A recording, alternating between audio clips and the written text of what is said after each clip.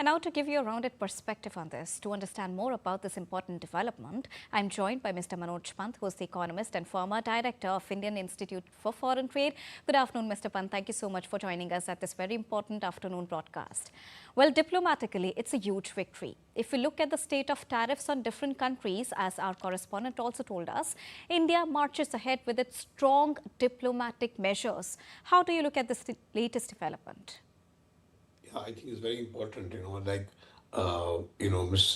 Ursula, the president of EU, she called that Indian EU deal the mother of all deals.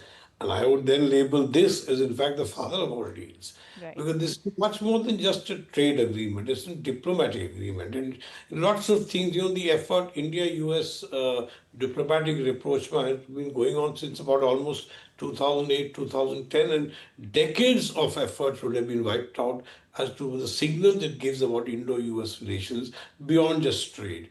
What happens to the Quad agreement? Where do we go with that? There's so many things.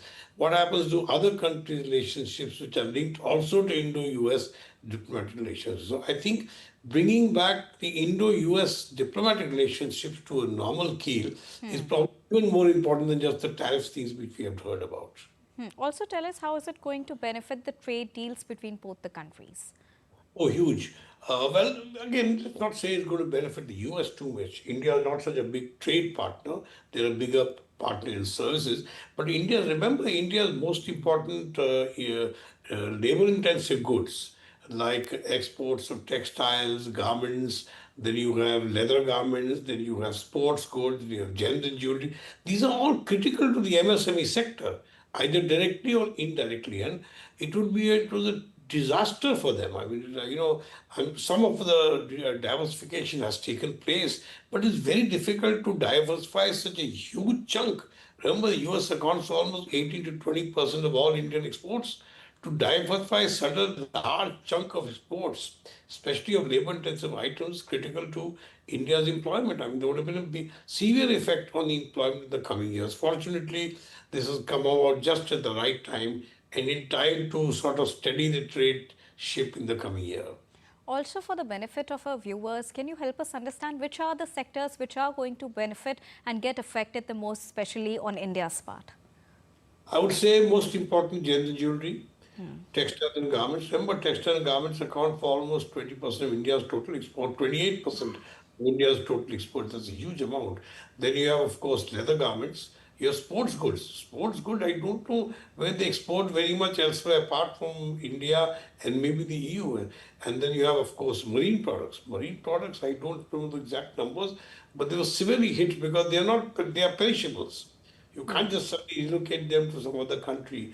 And of course, you have gems and jewelry, which is a huge employer. I think these are the most critical sectors which will be affected positively by the trade deal on both the trade front and the employment effort in India. Also, Mr. Pant, tell us, how is it going to strengthen India's Make in India vision, as specially mentioned by Prime Minister Narendra Modi about the tariff reduction on Make in India products?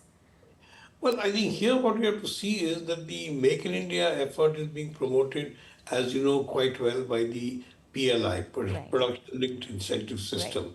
And here what is happening, many of the dealers, many of the sectors, the large sectors actually, affects mainly the large sectors, like autos, etc., were looking at the US as a good market. It's a big market.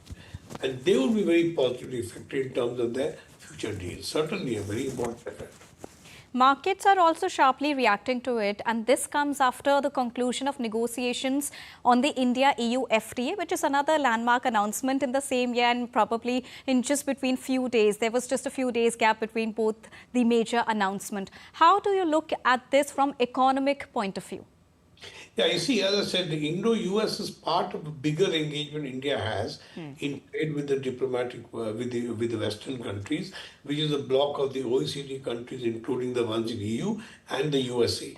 So what this does is brings us back to what I would say is business as usual now, as far as India is concerned, both on trade and diplomacy front. Now that matters because the trade deal itself is signal to other areas. It not only affects India-US deal, but in the future, the diversion of trade from US is very difficult to achieve so much in a short time. It's very large, proportion of our trade goes to US. So what it does is it also sends signals diplomatically to other partners of ours in the developed world, like for example Australia and New Zealand. They also get a very positive signal on what they can expect on the Indian position. So yes, I think it affects both things positively: the diplomatic position and the economic position. Now, very importantly, this comes after the budget announcement. And now every year people have expectations that what is the youth getting out of it? Are there any employment opportunities? Is there any increase in that sector? But now this latest development soon after the budget promises a lot of opportunities for the youth as well, especially in the employment sector, isn't it? Yes, yes, that's true. And what this, see, budgets can only do so much. Remember, budgets are only about those who pay taxes, not about those who don't pay taxes. It can only do so much, but I think some of the incentives, you look carefully, the details I don't want to go into now, which have been offered to some of these garments, jewelry, etc., in anticipation of what's going to happen to employment would be even better for them now. Now that the US deal has sort of removed all the hindrance to Indo-US. But some of the announcements that Mrs. Nirmala Sitharaman made in the budget were also in anticipation of the possible fallout of the Indo-US. I think negative expectations are now removed. So the budget, Philip, incentives to these sectors would become even better. That's true. That's very much right when we talk about the outcome of it and the ripples which have been created all across the world.